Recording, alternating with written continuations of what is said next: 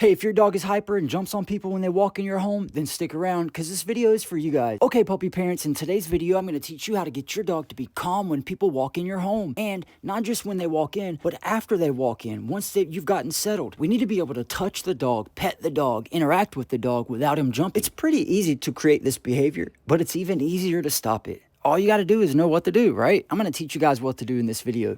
First, you need to teach your dog how to do automatic sits, because guess what he needs to do when you walk in your home? Instead of jumping, we need him to sit. This is how you get rid of the jumping problem. You don't want your dog to just walk up to you and do nothing. We need the dog to walk up to us and perform a behavior. And so that's why we teach automatic sits. It replaces the bad stuff. After we've got sits down reliably and your dog is offering them reliably, we then need to teach your dog what our hands are for. This is called handling exercises. And this is what we teach all puppies, all adult dogs. It doesn't matter who you are. You need to teach your dog that your hands are for petting, scratching, loving, inspecting, but not for biting.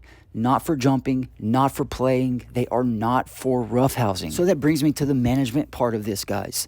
If you're trying to teach your dog all this stuff, but you have a teenage son or a teenage daughter or just any son or daughter that is playing rough with your dog and it's creating this problem, you're going to always have this problem.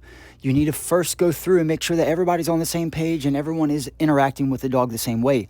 And that means that you need to teach your dog that if they bite you or they jump on you, you're going to ignore it, you're going to shut down, and you're not going to interact with them in any way, shape, or form. That means you're not going to say no, you're not going to yell, you're not going to say off, and you're not going to push your dog off.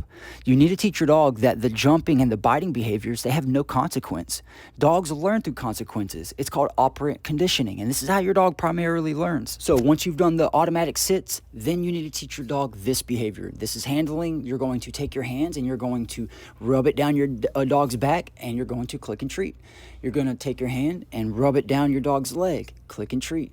You need to teach your dog one stroke at a time. Do not go to your dog and start rubbing them really fast. It has to happen one pet at a time. Now we need to work on the greeting part of this. This is called sit to greets entering rooms. And this is what we're doing right now with this board and train student. We walk in, we open the door, we walk in, and if the dog jumps on us, we walk back out. But if we walk in and the dog sits like we've been teaching him to, then we're going to mark and treat. We need to communicate. That's what we want you to do when we walk in a home. This is what we want you to do when our guests come in.